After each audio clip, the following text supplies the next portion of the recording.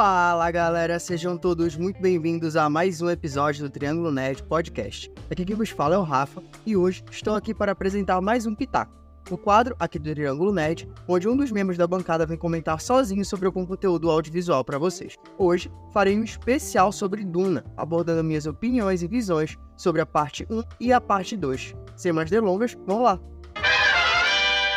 Duna é uma adaptação do livro homônimo escrito por Frank Herbert, que deu origem a uma hexalogia de livros lançados entre as décadas de 60 e 80 do século passado. Os filmes, subintitulados Parte 1 e Parte 2, são a manifestação da visão do diretor Denis Villeneuve sobre o primeiro livro da referida saga. O primeiro filme foi lançado em 2021 e o segundo agora no fim de fevereiro e início de março de 2024, havendo ainda uma provável realização do terceiro filme a vir adaptar o segundo livro da saga, Messias de Duna. Em contextos completamente diferentes entre si, o primeiro e o segundo filme tiveram diferentes estratégias de lançamento. O primeiro foi lançado ainda dentro de um contexto de pandemia, estreando nos Estados Unidos ao mesmo tempo nos cinemas e no serviço de streaming HBO Max, que na altura da gravação desse episódio já foi rebatizado de Max. Já o segundo tinha a data de estreia para o último trimestre de 2023, mas a mesma foi alterada para o primeiro trimestre de 2024 devido à greve de roteiristas e atores, que impactaria o marketing de lançamento. Sendo assim, o segundo filme foi claramente moldado para causar o maior impacto possível e, obviamente, arrecadar uma fortuna nos cinemas. Na data de gravação desse episódio, o filme possui uma semana de exibição e está próximo dos 200 milhões de dólares em arrecadação, indo muito bem, obrigado. Bem como aos seus contextos, as recepções deles também possuem diferenças interessantes. Enquanto o primeiro é considerado de maneira geral um bom filme, mas demasiadamente lento e até sonolento, sendo visto com um longo estabelecimento de mundo e personagens, o segundo já é visto como uma obra-prima como poucas na história recente da ficção científica nos cinemas, ainda que compartilhem primorosos aspectos técnicos no que poucos ousaram discordar ou desmerecer. Na contramão da maioria do público e da crítica, eu confesso que a experiência do primeiro filme para mim foi mais sólida e satisfatória do que o segundo, ainda que eu considere os dois, no mínimo, bem acima da média. O primeiro filme, indiscutivelmente, possui um trabalho muito mais difícil e opta por um ritmo mais lento para desenvolver o que precisa. Ainda que eu nunca tenha nem sequer aberto um livro de Duna, o longa dá uma boa ideia de que o universo criado na saga literária é complexo como poucos, com aspectos políticos, religiosos, científicos, militares e outros se mesclando para criar um cenário bem intrincado no qual a narrativa transcorre. Para dar conta disso, Villeneuve decide trabalhar esses conceitos no primeiro filme, de forma que possa se livrar das amarras no segundo. Sendo assim, a narrativa lenta dá conta dos personagens e do cenário de conflito, bem como de diversos conceitos, para que o segundo filme possa utilizar isso de forma livre e simplesmente avançar sua história sem precisar parar, estabelecendo então a diferença de ritmo dos dois longos. A questão para mim é que o ritmo lento do primeiro filme em nada me incomoda e, ironicamente, o segundo me causou mais momentos de incômodo em relação ao ritmo do que o primeiro. Isso porque a narrativa do primeiro filme me causa muita curiosidade com o cenário que vai sendo montado e, enquanto explica, também esconde diversas questões daquele universo que me envolvem e me compelem a prestar mais atenção na história que transcorre. Além disso, gosto muito da forma como o longa monta a pressão existente em Paul sobre assumir suas responsabilidades e todas as complexidades em volta dele, que começam no âmbito político e avançam até com mais impacto e mistério no âmbito religioso, algo melhor trabalhado na parte 2. Os diálogos que vão montando essas questões chegam de forma cadenciada, mostrando cada tópico por vez no início, explanando alguns outros desenvolvimentos também, como o da personagem da Rebecca Ferguson, a Jéssica, mãe do Paul, interpretada por Timothée Chalamet. Ela, inclusive, traz consigo um tópico muito interessante sobre o papel das Bene Gesserit, e aqui eu vou pedir desculpa se eu estiver pronunciando errado, mas vai ficar assim, naquele mundo, que são uma espécie de guia religioso e político dos grandes líderes ali daquela galáxia, mas que realizam também suas próprias maquinações e têm seus próprios objetivos. O papel delas, inclusive, é algo que acho uma falha nos dois longas, onde nunca há uma real dimensão, pelo menos para mim, de como e por que elas agem, e assumem tal papel a elas incluído ali naquele universo, algo que me incomoda um pouco mais no segundo filme, onde vemos algumas maquinações conflitantes de diferentes membros dessa ordem e que se fragilizam ao eu não entender muito bem o porquê dos papéis delas naquele universo. Mas voltando, O primeiro longa cria bem a teia de relações em volta de Paul Atreides, o protagonista, explorando de forma satisfatória a maioria delas, de um jeito que sinto o porquê ele quer, a vingança após a morte do pai, a ligação dele com a mãe e tudo o resto ali que lhe envolve.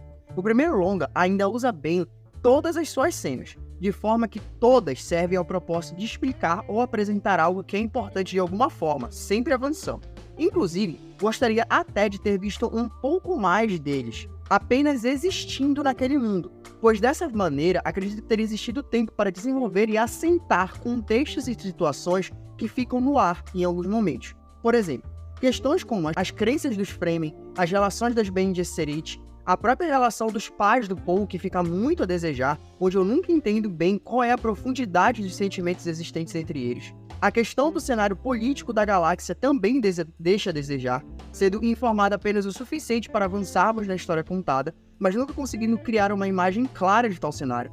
As motivações da Jessica Atreides, todos são tópicos que existem, mas poucos são aprofundados aqui no primeiro filme. Ainda assim, como eu disse, tudo que é minimamente necessário para avançar a história está posto aqui, com um desenvolvimento muito bom do conflito entre os Atreides e os Harkonnen e do estabelecimento da jornada, motivações e características do protagonista, bem como a forma que os ideais do pai em relação ao planeta se apossam do protagonista de forma a ditar seus próximos passos não só pela necessidade, mas também pela vontade própria. Aliás a isso, claro, aspectos visuais e sonoros simplesmente espetaculares. Eu me arrisco a dizer, inclusive, que antes de uma boa história, Duna, tanto a parte 1 quanto a parte 2, são óperas visuais simplesmente inacreditáveis. Inclusive, assistam a parte 2 nos cinemas se puderem. Os aspectos sonoros, a construção visual, a trilha sonora, os efeitos visuais, tudo é simplesmente inacreditavelmente bom. É basicamente impossível você apontar o que é computador e o que é CGI visualmente, ainda que saibamos, por exemplo, que um verme gigante de centenas de metros não é real. Mas quanto a isso, Duna é realmente uma das melhores obras que você vai assistir na sua vida. A forma como a trilha sonora preenche o ambiente, como cria esse cenário vislumbrante e amedrontador, como dita a construção da tensão, como a mixagem cresce essa trilha e impacta na ausência dela, seja com a construção dos sons dos combates ou com a propagação das batidas abafadas na areia. A forma como a fotografia dimensiona aquele mundo interminável de areia, um local árido que só de olhar nos causa secura. Tudo isso é incrível e diria que no segundo filme de alguma forma parece ainda melhor. Realmente, um espetáculo para ser apreciado com a melhor tecnologia ao seu alcance. O primeiro filme levou 6 Oscars para casa, sendo eles montagem, efeitos visuais, som, design de produção, fotografia e trilha sonora. E essa segunda parte deve ir pelo mesmo caminho, e devo acrescentar, merecidamente. Mas voltando para a história. Para encerrar as questões sobre o primeiro filme, ainda que ele deixe a desejar no aprofundamento de diversas questões, acredito que, no frigir dos ovos, existe uma boa construção do protagonista, suas motivações e dos elementos necessários para sua jornada, bem como o estabelecimento bem realizado do contexto no qual sua jornada se inicia, da realidade daquele planeta e dos objetivos a serem alcançados, tanto pelos Atreides quanto pelos Harkonnen. Com exceção de Jessica, infelizmente, os protagonistas secundários possuem apenas o suficiente de desenvolvimento para impulsionar a jornada de Paul. E os antagonistas, ainda que possuam uma construção imagética muito boa, tanto na imponência e até na intenção e na realização da ameaça, os mesmos são unidimensionais demais, construídos em arquétipos até exagerados e encarnam uma lógica há muito usada do mal, o que não me soa tão coerente com o universo bem mais complexo que foi proposto. Mas no fim, Duna Parte 1 ainda me soa uma jornada ótima. Minha nota para o primeiro filme é 9 de 10. Agora, a gente vai entrar no segundo filme. E o que você pode pensar é, cara, tu já falou pra porra e ainda não me disse por que tu gostas mais do primeiro do que do segundo. Então vamos lá. O segundo filme inicia de onde o primeiro largou, imediatamente após. Aqui, o longa opta por uma primeira hora e meia de um sprint que avança bastante a história. Realiza o desenvolvimento do novo cenário do protagonista, trazendo uma construção muito mais veloz dos Fremen de uma forma bem mais íntima que no primeiro e o desenrolar das novas relações de Paul. Esse sprint, pra mim pelo menos, foi muito incômodo. Como eu disse sobre o primeiro, que não parece ter nenhuma cena que não seja extremamente útil para passar alguma informação, nesse isso se repete. Só que, devido à montagem que engole momentos, A sensação que eu fiquei é que existiam cenas, personagens, contextos, temas, enfim, que necessitavam por mais tempo de tela e de desenvolvimento. A montagem dessa segunda parte me causa a sensação de que certas elipses temporais engolem momentos que deveriam ter sido mostrados, o que impacta o desenrolar de relações e as viradas de alguns personagens. Eu vou dar aqui 2 exemplos. A relação entre Paul e Chani se inicia com uma clara admiração da mesma por ele, e ele parece ir sendo atraído em direção a ela, muito por conta, das visões que ele teve até ali. Só que assim, eu não consigo comprar em qual momento a relação dos dois se aprofundou de forma que existisse um amor tão intenso como é falado. É como se esse crescimento do sentimento tivesse se dado nas elipses temporais, ou seja, naquilo que não é mostrado. Entendam, eu compro a aproximação dos dois, e isso eu acho até que está bem construído. Mas a intensidade que é verbalizada tanto pelo Paul quanto pela Chani no encaminhamento final do filme é que eu não entendo de onde veio.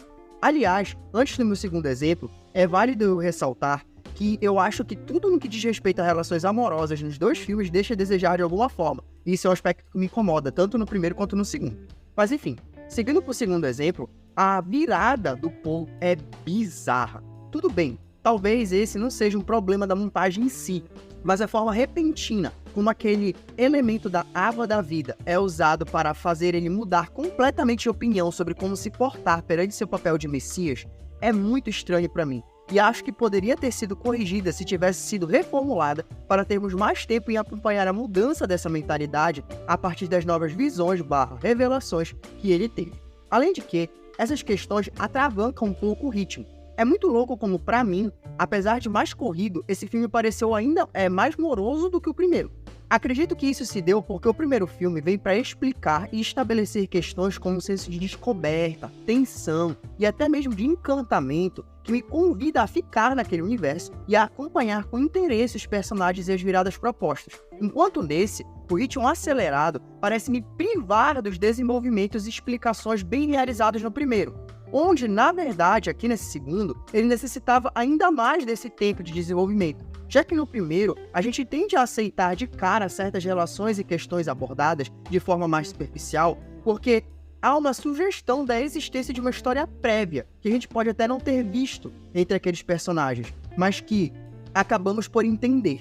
O que não há nesse segundo filme, que necessitava de um maior tempo para cultivar essas novas relações e ambientações do Paul com a nova vida e cultura na qual ele é submetido, perante ainda todo o peso religioso e político que foi mostrado no primeiro longa e é o foco da jornada aqui. Aliás, vamos então para a questão do escopo da obra. Duna se vende como uma jornada épica, grandiosa, e é em muitos aspectos. Mas enquanto a história em si parece ser épica, a narrativa, ou seja, a forma como essa história é contada, escolhe se desenvolver de forma muito mais íntima. No primeiro filme, com um aspecto de intrigas políticas que são ditas universais, mas mostradas de forma quase palaciana, e pela construção do peso posto sobre o protagonista. Já nessa segunda parte, ela se mostra um pouco menor do que é vendida, ao trabalhar muito mais a jornada pessoal do protagonista, vivendo esse peso e conflito entre o que dizem que ele deve ser e as possíveis consequências de se tornar essa pessoa que bate de frente com seus objetivos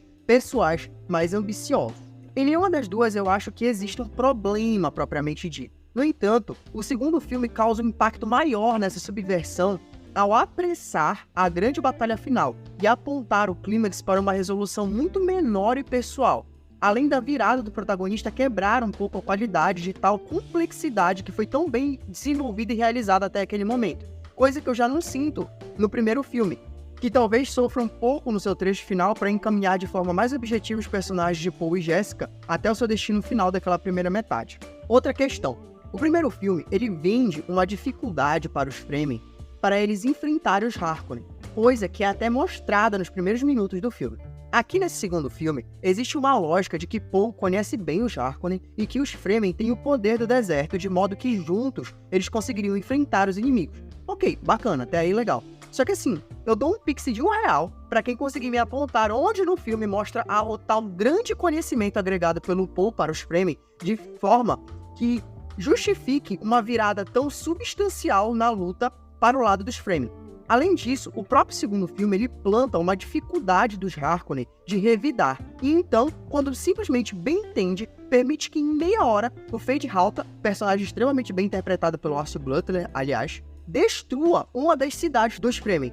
Essa incoerência, pra mim, ela enfraquece o conflito mostrado.